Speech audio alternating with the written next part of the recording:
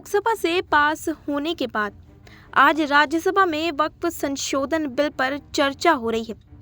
केंद्र अल्पसंख्यक मामलों के मंत्री किरेन रिजिजू ने दोपहर 1 बजे बिल को सदन में रखा।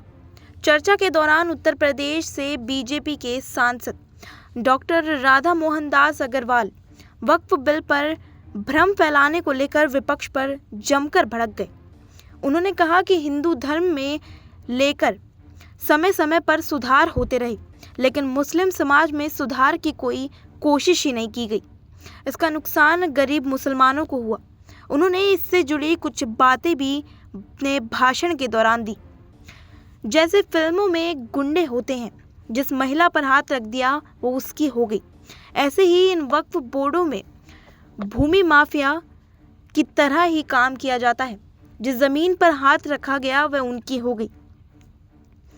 माननीय सदस्य सैयद नासिर हुसैन इस बार राज्यसभा के लिए चुने गए, जबकि इनकी जीत की घोषणा हुई। मैं उस समय कर्नाटक में बेंगलुरु में था। विधानसभा में उस वक्त पाकिस्तान जिंदाबाद के नारे तक लगाए गए थे। भारतीय जनता पार्टी के कार्यकर्ताओं ने विरोध किया तो उन्हें पकड़कर जेल में डाल दिया गया। आज का दिन गरीब मुसलमानों के लिए, पसमानदा मुसलमानों के लिए, विधवा महिलाओं के लिए ऐतिहासिक दिन है। ये वक्फ बिल क्रांतिकारी परिवर्तन लाने जा रहा है। हम हिंदू हैं, हम लगातार अपने समाज में परिवर्तन करते रहेंगे। हमने लगातार अपने समाज की बुराइयों के खिलाफ संघर्ष किया है। इतिहास हमारा गवाह है। हमारे यहाँ सती प्रथा होती थी। हम सती प्रथा निषेध अधिनियम लाए। पीएम मोदी ने एक मीटिंग में सारे सांसदों से कहा कि अपने कामों को करते हुए कभी हिंदू मुसलमान मत करना।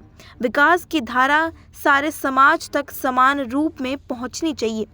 यही नहीं, हमने बाल विवाह निषेध अधिनियम लाए। आश्चर्य की बात होती है कि इतने सालों के अंदर एक भी मुसलमान समाज के संशोधन और सुधार को लेकर, गरीब मुसलमानों के जीवन की बेहतरीन के लिए कोई सुधार नहीं किया गया। इन लोगों ने क्या किया पता नहीं। वो जो ओवैसी साहब वहाँ बैठे हैं ना, उन्होंने मेरा नाम रख दिया मौलाना राधा मोहन अग्रवाल। अब इससे बड़ी जीत मेरी क्या होगी। हज़रत मोहम्मद साहब ने अपनी आयतों में कहा, 4 आयतें हैं जिसमें हज़रत मोहम्मद साहब कहते हैं कि एक भी पैसा किसी को दो तो उसे लिखो, उसका उदाहरण दो, उसका गवाह बनाओ, ताकि ताक़त रहे कि तुम्हारे देने को कोई चुनौती न दे पाए। तुम कहते हो तुम्हारे पास इतनी सारी संपत्तियां हैं, लेकिन इसका कोई रिकॉर्ड नहीं है।